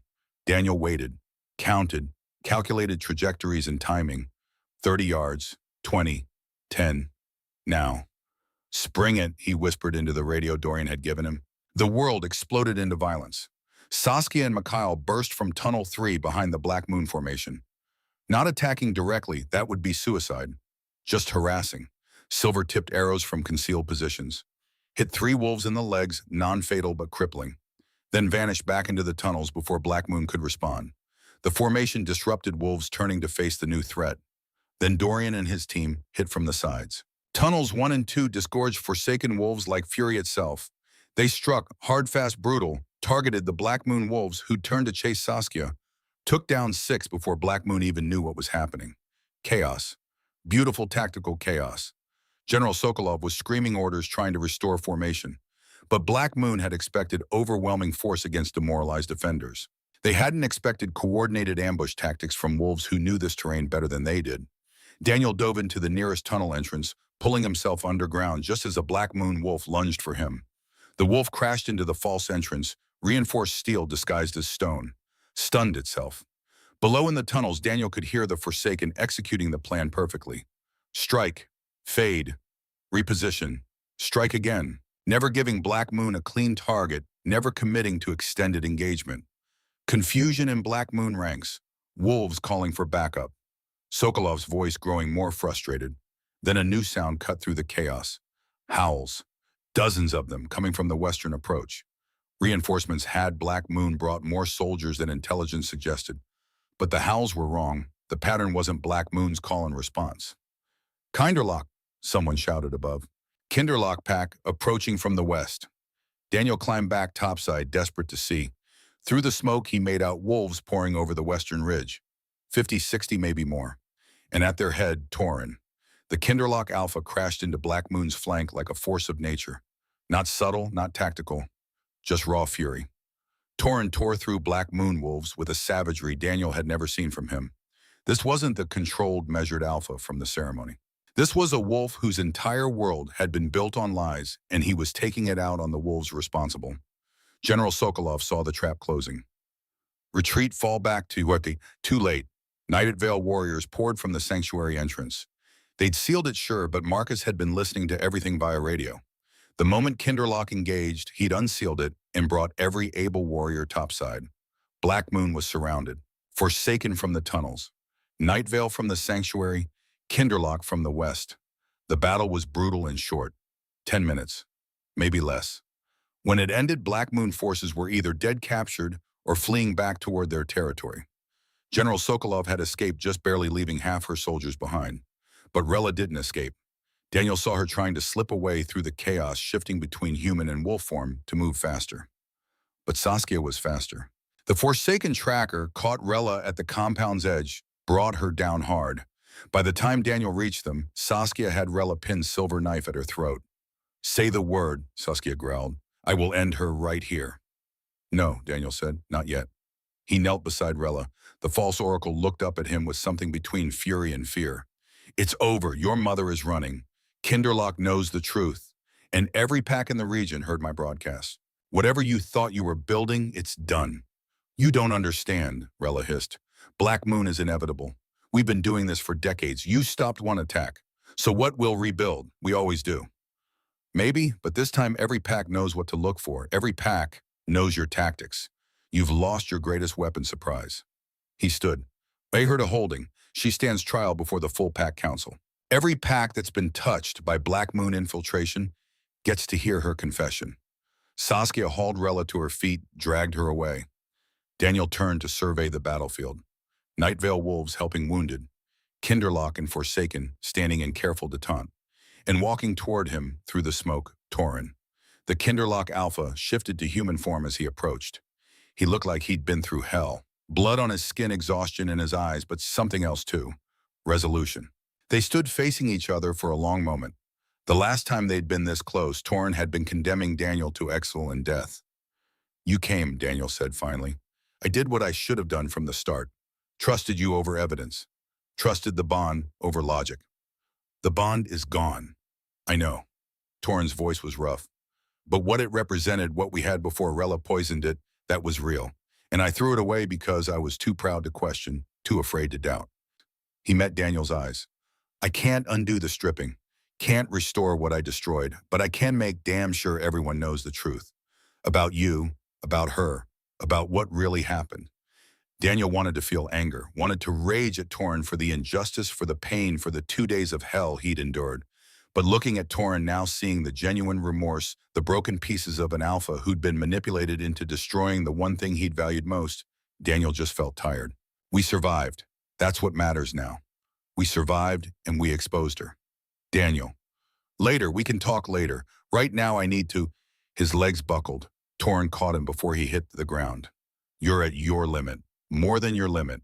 You need medical attention." "I'm fine. You're human and you've been running on adrenaline and stubbornness for 2 days. You're not fine." Daniel wanted to argue, but darkness was creeping in at the edges of his vision. His body had been pushed beyond its limits, and it was finally demanding payment. The last thing he saw before unconsciousness took him was Torin's face, concerned and guilty, and still achingly familiar despite everything that had happened between them. Then nothing. Daniel woke to white walls and the smell of antiseptic. Pack Medical Center. He'd been here before, usually recovering from training injuries.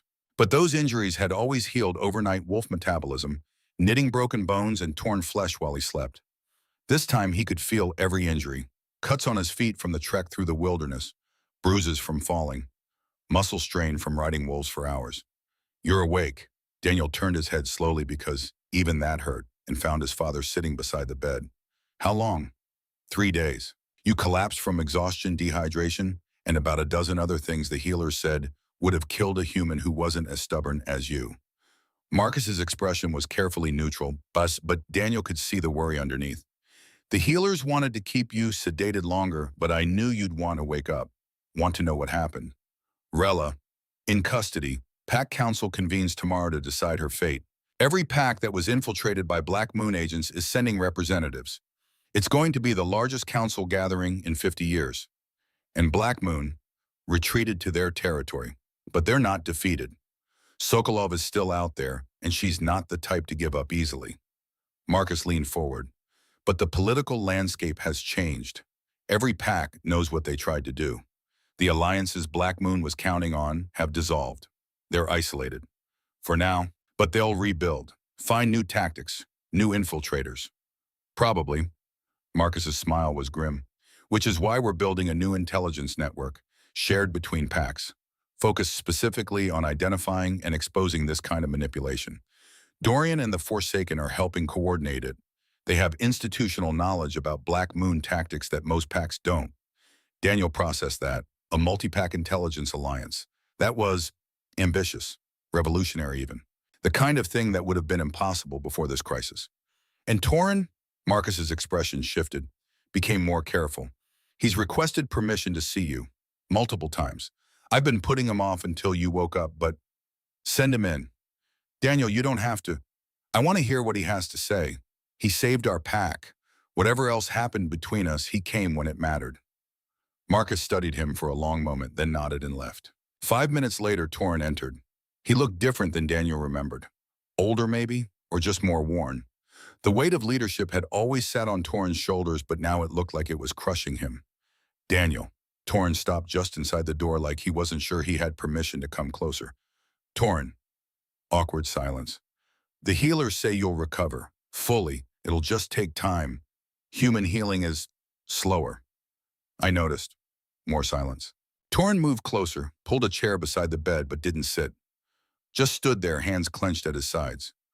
I've been trying to figure out what to say to you. Practice speeches in my head. Apologies. Explanations. But it all sounds hollow because nothing I say can undo what I did to you. No, it can't. The bond is gone. Your wolf is gone. Your position as Night Vale heir is complicated now that you can't shift. Torin's voice was steady, but Daniel could hear the pain underneath. Everything you were, everything we were going to be, I destroyed it because I trusted the wrong wolf. Daniel let him talk, let him carry the weight of that admission. I checked everything after your broadcast. Rella's background, her predictions, the evidence against you. It all fell apart the moment I actually questioned it. The caller had transferred scent exactly like you said. The witness had received payment from an untraceable account 3 days before the ceremony. And Rella's visions, she never predicted anything that couldn't be arranged by someone with intelligence access and Black Moon resources.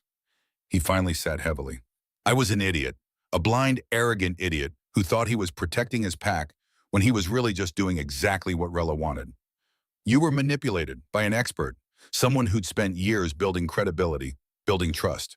You're not the first alpha she fooled, won't be the last. That doesn't excuse what I did. No, it doesn't. Torin flinched. But understanding why you did it, that helps. Daniel shifted in the bed trying to find a position that didn't hurt. Failed. I was angry. For those 2 days in the wilderness, I was furious. At you at Rella, at the unfairness of it all. But anger takes energy, and I needed all my energy to survive. So I just focused on what I could control. Getting home, warning my father, exposing the truth. You saved your pack. With no wolf, no strength, barely any resources, you saved everyone. He stopped. That's who you've always been. The strategist. The one who finds solutions when everyone else sees only problems. Funny thing about losing your wolf, you realize how much of your identity was tied to it. The strength, the healing, the sense of belonging to something larger than yourself. When that's gone, you have to figure out who you are without it. And who are you? Daniel considered that. Still figuring it out.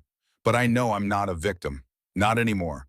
I'm someone who survived impossible odds and lived to tell the truth. That's enough for now. Torin was quiet for a long moment. The shaman says there might be a way to restore your wolf. The stripping was complete, but the bond between wolf and human is complicated. If the one who severed it is willing to attempt restoration and the moon goddess accepts the attempt, it's theoretically possible. Daniel's heart rate spiked despite himself. Theoretically. It's never been done successfully. The ritual is dangerous. Could kill you if it fails. Could kill me too. Torin met his eyes, but I'm willing to try. If you are, I owe you that much at least. You don't owe me anything. I owe you everything, Torin said fiercely. Your wolf, your bond, your future, I took all of it. And even if I spend the rest of my life trying to make it right, it won't be enough. But it's all I have to offer. Daniel stared at him, the ritual to restore his wolf. The chance to be whole again, to shift, to feel that connection to the pack mind. But also the chance to rebuild something with Torin. Not the mate bond that was shattered beyond repair, but maybe friendship. Maybe trust slowly earned back over years instead of assumed. I need time to heal, to think, to figure out who I am as a human before I decide if I want to risk becoming a wolf again. Take all the time you need, I'll wait. He stood to leave, then paused at the door. For what it's worth, when the pond broke, I felt it. Felt you. The pain, the betrayal, the... He stopped. I felt everything. And I will carry that for the rest of my life. What I did to you, to us. Then he was gone. Daniel lay back in the bed. His body was still healing. His mind was still processing. But for the first time since the ceremony, since the stripping, since the exile, he felt something other than survival mode. He felt possibility. The training grounds were exactly as Daniel remembered them. Open field obstacle course combat rings where young wolves learned to fight, to hunt, to survive. Except now there was a new section. Human combat training. Daniel stood at the edge watching a group of young wolves, teenagers, mostly practicing hand-to-hand fighting in human form. They were clumsy, awkward too, used to relying on wolf strength and speed. But they were learning. They're getting better, a voice said behind him. Daniel didn't turn. He'd gotten good at recognizing footsteps, sensed the subtle sounds that announced someone's presence. Human senses weren't as sharp as wolf senses, but they could be trained, honed. They are. Last week, Marcus, he gestured to a lanky kid with dark hair, couldn't last 30 seconds against Saskia. Today, he lasted almost 2 minutes before she pinned him. Dorian moved to stand beside him, watching the practice with an approving eye. You're a good teacher, patient, clear. You break down the techniques in ways they can understand. I've had practice. 3 months of being human teaches you a lot about how to compensate for not having a wolf. Still planning to attempt the restoration. Daniel was quiet for a moment. The restoration ritual. Torn had asked about it every week for the past 3 months, never pressuring, just checking. Reminding Daniel the offer stood. I don't know. Part of me wants my wolf back, wants to shift to run to feel whole again. But another part, he gestured to the training ground. I'm doing good work here, teaching these kids that strength isn't just about having a wolf. That strategy, intelligence, adaptability, those matter too. You can do both. Be a wolf and teach human tactics. Maybe. Daniel watched Marcus finally land a clean hit on Saskia, earning approving howls from the other students. Or maybe I'm meant to be something different now. Something new. The wolf who survived without his wolf. The strategist who proved that pack strength isn't just about who can shift fastest or fight hardest. Dorian nodded slowly. The council wants to make your position official. Combat instructor, intelligence coordinator, whatever title you want. I don't need a title. No, but the pack needs you to accept one anyway. Legitimizes the work you're doing. Makes sure other packs take it seriously when you teach them the same tactics. Other packs. In the 3 months since the Black Moon attack, Daniel had received requests from a dozen different packs, all wanting to learn how to identify infiltrators, how to fight without relying on wolf senses, how to build the kind of intelligence networks that could prevent another conspiracy like Rella's. He was becoming something he'd never expected. Not an alpha's heir, not a mate to another alpha, but a teacher, a coordinator, a wolf whose value came from his mind rather than his strength. All right, I'll accept the title, on one condition, which is the Forsaken get full pack status. Not probationary, not conditional. Full recognition. You've earned it. Dorian's smile was genuine. Your father already approved that 3 days ago. We're officially Night Vale Pack now. Well, those of us who wanted to join, some preferred to stay independent. Daniel nodded. That was fair. The Forsaken had built their own community, their own code. Not all of them would want to fold back into pack structure. And Torrin, how are things there? Complicated. That was the honest answer. Torrin visited every week, brought intelligence reports, coordinated security protocols between Kinderloch and Night Vale, slowly rebuilt the alliance that Rella had shattered. They were professional, courteous, careful, but underneath something else. Something neither of them knew how to name or navigate. The mate bond was gone. That was permanent. Even if the restoration ritual worked, even if Daniel got his wolf back, the bond wouldn't return. That severance was absolute. But what they'd had before the bond completed the friendship, the intellectual connection, the shared vision for their packs, that was still there. Damaged, yes. Complicated by betrayal and pain and all the things they couldn't undo. But there. We're figuring it out, 1 week at a time. That's all anyone can do. They stood in companionable silence, watching the young wolves train. Then Daniel's father appeared at the edge of the field, gesturing for Daniel to join him. Council business, Dorian guessed. Probably. Rella's trial verdict came through yesterday. Father said he'd tell me in person. Daniel walked across the training ground. He didn't move with wolf grace anymore, didn't have the supernatural balance and strength, but he moved with purpose, with confidence earned through survival.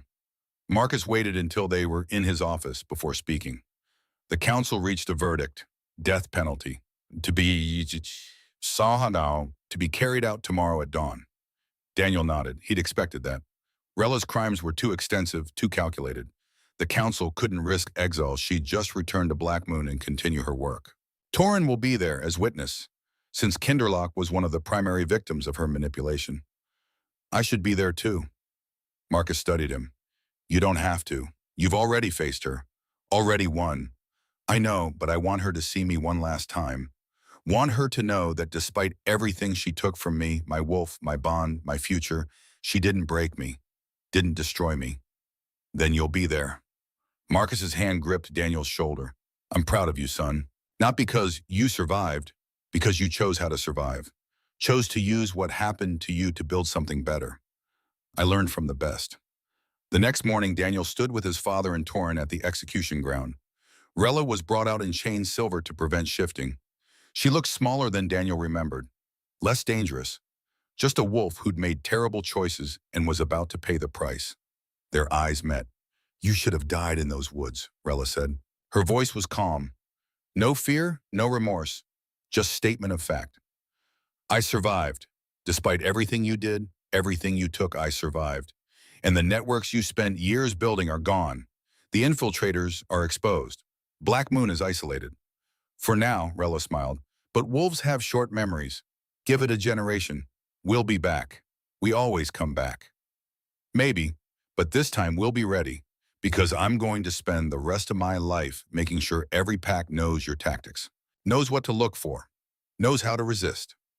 Something flickered in Rella's eyes. Not fear. Respect. You would have made a good infiltrator, smart, strategic, ruthless when you need to be. Shame you wasted it on loyalty. Loyalty isn't a weakness. Tell that to your broken bond, Rella said, glancing at Torin. Torin stiffened but didn't respond. The executioner stepped forward. The council's verdict was read. Rella listened without expression. Her last words were simple. My mother will avenge me. Then it was done. Daniel watched without looking away. This was justice. Necessary. Final. But he took no joy in it. Afterward, he and Torin walked in silence back toward the compound. She's right, you know, Torin said quietly, about Black Moon coming back. Sokolov is still out there, still planning. I know. So what do we do? Daniel stopped, turned to face him. We build something better, stronger. Not just military alliances, but intelligence networks. Not just treaties, but actual cooperation. We make sure that next time Black Moon tries to infiltrate, we catch them early, before they can do damage. We, Night Vale and Kinderlock, Forsaken and any other pack that wants to join. A real alliance this time, not built on political convenience or oracle visions, built on trust. Slowly, carefully. That could take years. Good thing we have years. Daniel met Torin's eyes. The bond is gone. Whatever we were going to be to each other, that's not possible anymore. But what we could be now, working together, building something new. Partners, not mates, not bonded, just two alphas working toward the same goal. I'm not an alpha. You will be, once your father retires, or once you decide to accept the restoration ritual and reclaim what's yours. Daniel shook his head. I don't know if I want that anymore. The wolf, the bond, the life I had planned. Maybe I'm meant to be something different. Whatever you decide, I'll support it, and I'll keep trying to earn back what I destroyed, however long it takes. They walked together in silence. Not comfortable, not easy, but not hostile either. Just two wolves, well, one wolf and one human, figuring out how to build a future from the ashes of what they'd lost. And somewhere in the distance, Daniel heard the young wolves he'd been training, their howls rising toward the afternoon sky. He couldn't join them, couldn't add his voice to theirs. His wolf was gone, torn away by ritual and betrayal. But he could teach them, could prepare them, could make sure the next generation was stronger, smarter, harder to manipulate. Some things couldn't be undone. But truth endured. and Daniel Nightvale would make damn sure the truth was never buried again.